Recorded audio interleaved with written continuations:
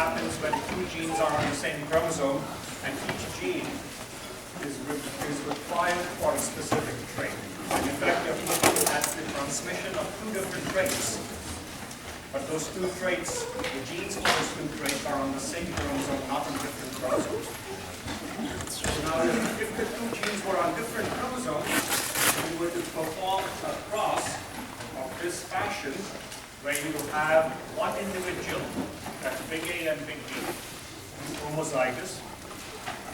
Another individual that's homozygous little a and little b. In the F1, you would get a heterozygous individual. And then, this heterozygous individual, you would cross to a homozygous recessive, in effect a test cross. And you would ask what happens under these conditions. If the two genes or the two traits that you are studying are on different chromosomes, the expected ratios of the progeny would be 25%, or the ratios would be 1, 1, 1, 1. You have four different sets of progeny: a big A, big B, a little b, a big A, little b, and a little a, big B. Four types of phenotypic progeny, and the ratios would be 25%, 25%, 35%, and 25%. These two classes are the recombinant classes because they look different from the original parent. The original parent is not the parent of these progeny.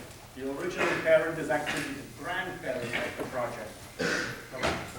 The parents of these progeny are right here. We call the parental class the class that was present in the grandparents. That's one thing to know. But the ratio or the percentages of the four classes are equal because the two genes are on different chromosomes and they are assorting independently of one another. On the other hand, if you have the two genes on the same chromosomes, they are regulating two different traits, but they are both present on the same chromosome. We perform the process before, a big A, big B, crossed to a little a, little b. There's your parent. They produce gametes, the gametes get fertilized, they generate a heterozygous F1 individual.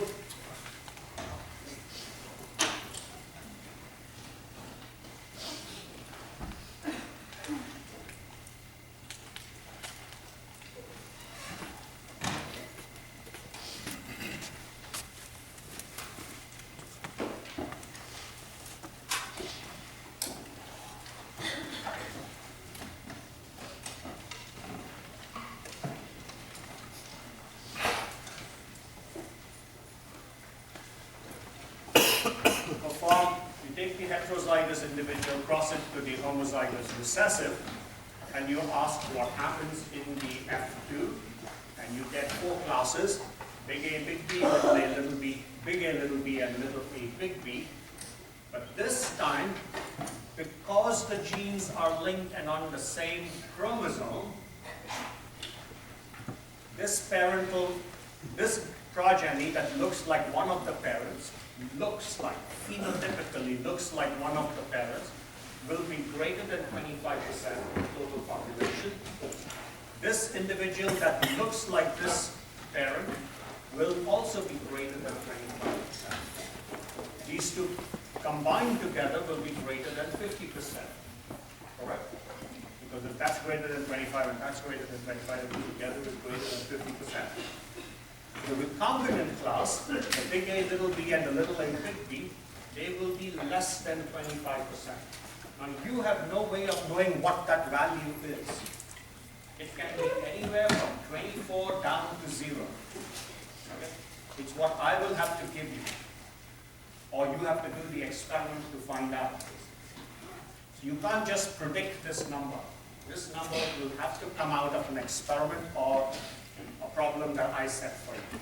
But it's less than 25%. You can very confidently say if two genes are linked and you are performing a cross, the way you say two genes are linked is when the recombinant class is less than 50%, or the individual recombinant group is less than 25%. Right? Okay. So, The recombinant frequency is always less than 50%. Why is that the case? The reason is, here is your heterozygous individual in the F1. Big A, big B, little a, little b. Right? The two genes are on the same chromosome. Here's your homologs. They pair in meiosis 1. When they pair in meiosis 1, they undergo crossovers. But the crossovers only take place between non-sister chromatids of the homologous chromosomes. And they only take place between 2 out of the 4 non-sister chromatids of the homologous chromosome. So the crossover occurs between this chromatid and this chromatid. This chromatid here is not crossing over. This chromatid here is not crossing over. So, by definition, this chromatid will produce progeny that will look like the parent, big A, big B. This chromatid here will look like the parent, little a, little b. So there's your 50% already to start with, right? So you set that mark. You can't get more than 50% recombinance. You might get less than 50% recombinance because you expect a crossover to occur between A and B. But the crossovers happen at random locations along the chromosome. Sometimes they happen between A and B. Sometimes they may happen over here. Sometimes they may happen over here. And so because they happen at random, when they don't happen between A and B segregate together. And so they will also look like the parental class. And so the parental class is always greater than 50%, the recombinant class is always less than 50%. Okay. So here are your recombinants, big A, little b, little a, big B. Those are your 2 recombinant progeny that will be generated. Parent, recombinant, and parent. But if a crossover occurred between linked genes each time the homologs paired, the recombinant frequency would be 50%. But only if it occurred each time. If it doesn't occur every time, then that recombinant frequency will not be 50%, it will be less than 50%. Okay. And the reason, as I just mentioned, is crossing over only occurs between 2 out of the 4 chromatids on the metaphase plane in meiosis 1. All right, so recombination frequency will basically, based on distance, will tend towards 50%, but it never crosses 50%. The recombination frequency is a function of 50% and it's a function of distance. The further away you go along a chromosome arm, as the genes get separated further and further away, you will get more and more recombination. Because the probability of a recombinant event taking place increases. But it will only reach 50%, it never goes beyond 50%. So it plateaus, it's a limit of 50%. So, now, there are many instances in which the homologs pair and crossing over does not occur between genes A and gene B. Okay? It occurs somewhere else. Now keep in mind, I said right at the beginning, every time homologs pair in meiosis 1, you have to have at least 1 crossover. But that 1 crossover does not have to be between genes A and B that you are studying. They can be anywhere along the chromosome. At least 1. Could be more than 1, but at least 1. But that doesn't mean it has to be between the 2 genes you are studying. And that's one reason why the frequency is less than 50%. For example, right here are your paired homologs, big A, big B, little a, little b. The crossover is taking place here. Okay? So now if you have a crossover here, you're going to produce gametes. The gametes are going to be big A, big B. That's this one red chromosome. This chromatid here, big A, big B, you're going to be red up to this point, then you're going to cross over and get a little black fragment. But the 2 genes you're studying, A and B, will still be segregating together in the gamete. And this chromosome, sister chromatid that underwent a crossover, little a and little b will still be together. They haven't separated because there's no crossover between them. And so they would also look like the parent gamete. So there was a crossover, it's happened. You just haven't seen the crossover happen. Because you are focused on a very small segment of the chromosome. And so you are basically missing. Okay, so here is a cell. Here is a crossover between A and B. You're going to produce 4 gametes. One that's big A, big B. One that's big A, little b. One that's little a, big B. And one that's little a, little b. And these 2 are your recombinant gametes because the crossover occurred between genes A and B. But now here is a cell. Same cell, but the crossover took place outside. Because it took place outside, you get 4 gametes, and those 4 gametes will still be big A, big B, and little b. Now there is a third instance where you get a crossover, but gametes look like the parents. And that's an important class that you have to consider. And that's where you have 2 crossovers between the 2 genes you're studying. So when you have crossovers between the 2 genes you're studying, they will look like the parents. Correct? Let's walk our way along the sister chromatid. You're walking your way down here. Here's big A. Then you cross over once. You go walk along this little sister chromatid. Then you have a second crossover. You go back up to this. Then you walk by and you get a big E. So when you produce a gamete after 2 crossovers between the 2 genes you are studying, the gametes look just like the parent, big A and big B. They've had a crossover, but you don't detect it because there has not been 1 crossover, but 2 crossovers. And so you don't basically pick it up. So when you have a crossover outside of the 2 genes you're studying, of course you don't detect the crossover. When you have 2 crossovers between the 2 genes you're studying, you also don't detect the crossover. When you have 3 genes, you will detect it. When you have 4 genes, you won't detect it. So you can see how it works, basically. It's a way of zigzagging your way through. If you end up back at the same spot, then you basically won't detect it. Questions? Or is this fine so far? Questions? Yes. And we'll come to that hopefully in today's class. Okay, so the larger the distance between 2 genes on a piece of chromosome, the greater the probability of a crossover happening. Crossovers happen at a certain frequency in every organism. Different organisms have different frequencies, okay? But they happen at a certain frequency along the chromosome. For example, in yeast, you get a crossover once every 50,000 base pair. I can't remember the exact number, but it's a very small number. In humans, the crossover happens at random once every 250,000 or 2 million or something. Each organism has a certain crossover frequency. And it happens at random along the chromosomes.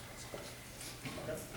So it's the equivalent of, imagine a car. Okay? And the car breaks down every 10 miles on average. Okay? It's a really old car, and on average it breaks down once every 10 miles. If you're traveling from San Francisco to Santa Cruz, and it's about 70 miles, you would say the car's going to break down 7 times. So you could measure the distance between San Francisco and Santa Cruz by the number of times a car breaks down. And you could say, the distance is 7 breakdowns. Now the distance, you measure the same distance from Santa Cruz to Monterey, and you find the car breaks down only 4 times. So you say, okay, the distance between Monterey and Santa Cruz is 4 breakdowns. It's probably about 40 miles, right? That's the equivalent that you're measuring. The longer the distance between 2 genes, the more the probability of getting a crossover between those 2 genes. The closer the 2 genes are, the less chance of getting a crossover. Okay? For any chromosome, there is a fixed 6 probability for a given distance that a crossover event will occur. And this is what one of Morgan's students realized when he was doing his experiments with flies. Sturtevant realized this property, that there was a random probability of a crossover taking place along the chromosome, and he could use that to map genes on the chromosome. It's a relative frequency mapping, but it's still a way of mapping to loci along the chromosome. Just as I said with the car, you can measure distance between Santa Cruz and San Francisco by the number of breakdowns and give it a unit number, 7 units, or 4 units, or 6 units. That's the distance between town A and town B, town B and town C, town C and town D.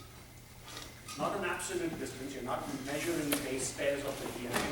You're measuring relative distance based on number of times you observe a crossover. Okay? And so by determining the recombination frequency between pairs of genes, you can determine the relative distance between those genes along the chromosome. Okay, so I'm going to skip through this. Okay, so Sturtevant had identified 3 recessive mutations that were present on the X chromosome in flies. Recessive mutations, that's the first thing. It doesn't have to be recessive, you can map dominant mutations as well. But he was studying 3 recessive mutations on the X chromosome. Okay. One was red eyes, of course, the one that we worked with quite a bit. Wild type gene gives you red eyes, mutant gene gives you white eyes. Another was cross veinless, normal wings, the wing without a vein in the middle. And then normal bristles or singed bristles, very tiny bristles basically. Okay. So there were 3 genes, they were all on the X chromosome, so in theory they should be linked. And he was studying these 3 genes. And he set up a cross. So let's pretend here is your X chromosome in flies, here's the centromere, here is the telomere, and you have 3 different genes. Okay. White, cross veinless, and singed. That's what you can figuratively diagram.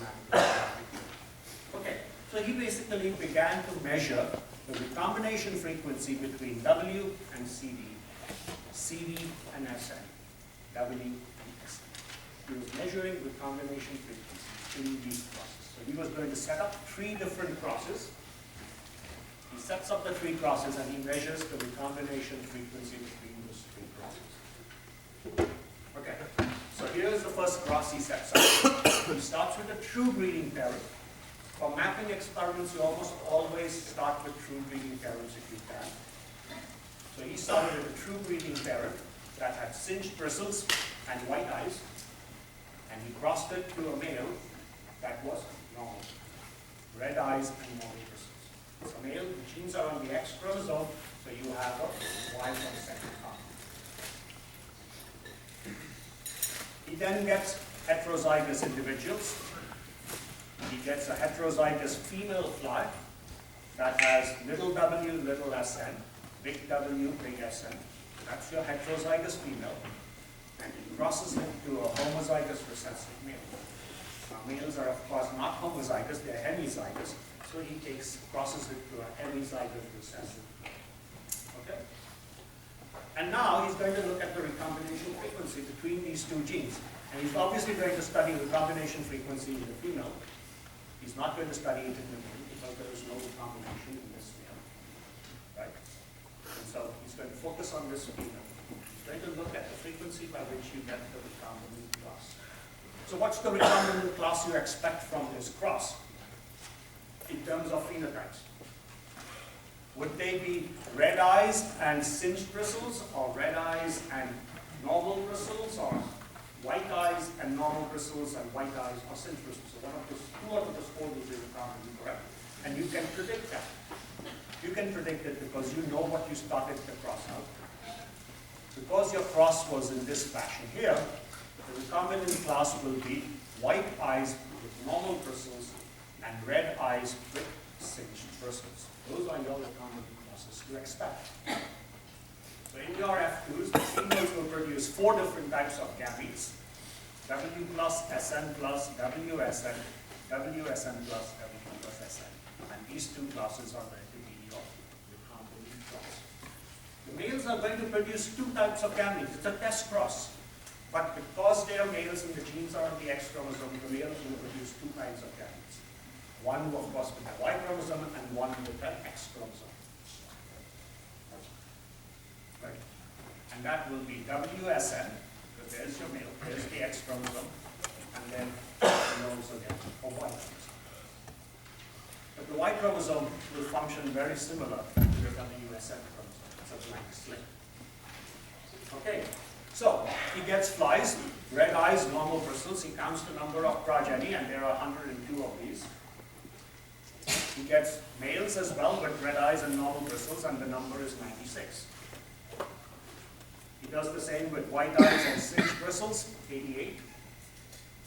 And white eyes and singed bristles, 92. And then he gets white eyes with normal bristles, 24. And white eyes with normal bristle males, 23. And red eyes with singed bristles, 24. And red eyes with singed bristles, 23. So looking at this, you can immediately tell these are linked genes. Why? Because here are your four different phenotypic classes, and they are not equal.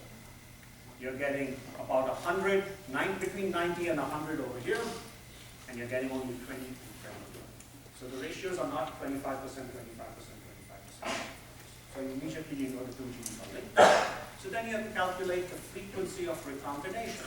Well, the frequency of recombination is you add up the recombinant class over the total. Very simple. Recombinant over total. So in this instance, it will be 24 plus 23 plus 24 plus 23 over the total. So there's your parental class, there's your recombinant class. You're going to simply add this up and calculate the frequency. So recombinance over total is the recombination frequency. And then you can, of course, represent it as a percentage. Okay. And so here it is, 24, 24, 23, 23. That's 94 over 472, which works out to be 19.92%. And it's referred to as 19.92 centimorgans. Okay. In honor of Morgan, whose student Sturtevant was. So Sturtevant doesn't get the honor, it's Morgan that gets the honor, right? As it should be. Right? So it's about 20 map units. So you can represent this as centimorgans or map units. Both values, both names are correct, they're both interchangeable. One map unit is 1 centimorgan, it's the same effect, but it's also not the combination frequency. So when I say it's about 20 map units, so that's the relative distance separating the white gene from the singed gene. Okay. Now this is a relative distance. It depends upon recombination between the two genes. It's not an absolute distance in the DNA space. Questions? Straightforward enough? The key in a mapping is going to go ahead. So what a 20 map Yes. Right.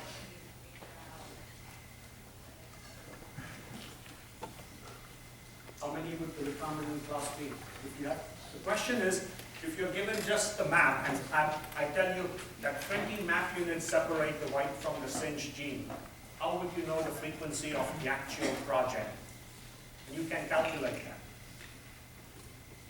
So 20% would be recombinant class. Right. But there are two recombinant classes. So each recombinant class would be 10. You can figure out 10 and 10, that's 20. So you're left with 80. The parental class would be 80 total. Again, there are two parental classes, so it's 40. Okay. So if you counted 100 flies, approximately 40 would be one parental class, approximately 40 would be second parental class, approximately 10 would be the recombinant class, approximately 10 would be the second class. Question? What if one of the others is legal? Then it gets tricky. Then you can't do this kind of an experiment. You can do it, but it has to be, it's a hidden class. You'll actually come to that after the midterm. When you're talking about epistasis and hidden markers, when you're talking about something like that, then you have to infer the second class that disappears. But don't worry about it now. So just pretend. Can you find the amount of distance between if it's given the average crossover distance between? As a percentage of distance between on the DNA? Yes, absolutely. Absolutely. Again, that's not something we'll do before this midterm, but yes, we can do that. And what you find is that it works up to a limit. And the reasons are, we'll come to later on. But there are reasons why it's not a very great measure of it, or that I'll show you later. So again, what I'm doing is I'm giving you the idealized situation right now. As we did more studies, or as scientists did more studies, we realized the idealized situation isn't followed.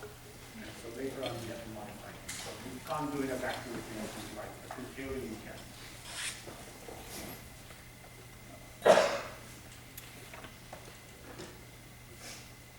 Okay, so now he measures the distance. So he knows the distance between white and singed. It's 20 map units. He's got a third gene, cross-veinless, correct? So he needs to map that gene. So he sets up another cross. And I don't have this slide on your notes.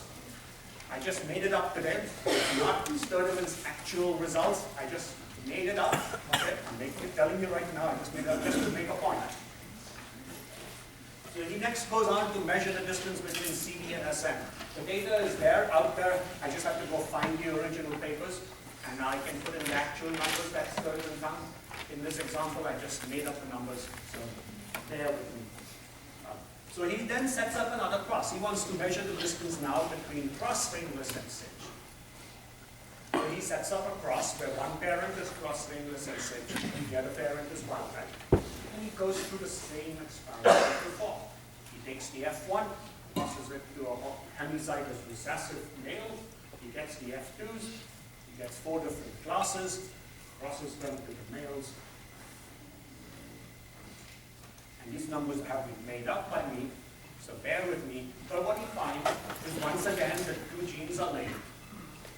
And here are your recombinant classes. And you can add up the recombinant classes and calculate those. Correct? Straightforward. Recombinants over total. So in this example, it will be 6 plus 8 plus 7 plus 7 over the total. Okay. Parent, recombinant, and the distance between cross-veinless and singed is 7 map units. All right? So between singed and white, 20 map units. Between singed and cross-veinless is 7 map units. So that's a question. If the father, instead of being recessive, You wouldn't do that. okay, With a test cross, you want to do it to a homozygous or a hemizygous recessive. because then it's like Of course, that's very tricky. So you can't do that. So in a test, when you're mapping, you almost always do a test cross. And the reason is this parent really is like a blank slate. Anything you project on it from this parent will be the phenotype. That's what, yes.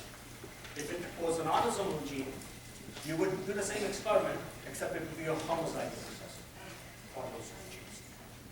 So mapping experiments, you have to plan ahead and you have to prepare the strains just right before you can do it. All right? So here we go. Let's try and map these genes. Okay? So the distance is 7 between cross-veinless and singed.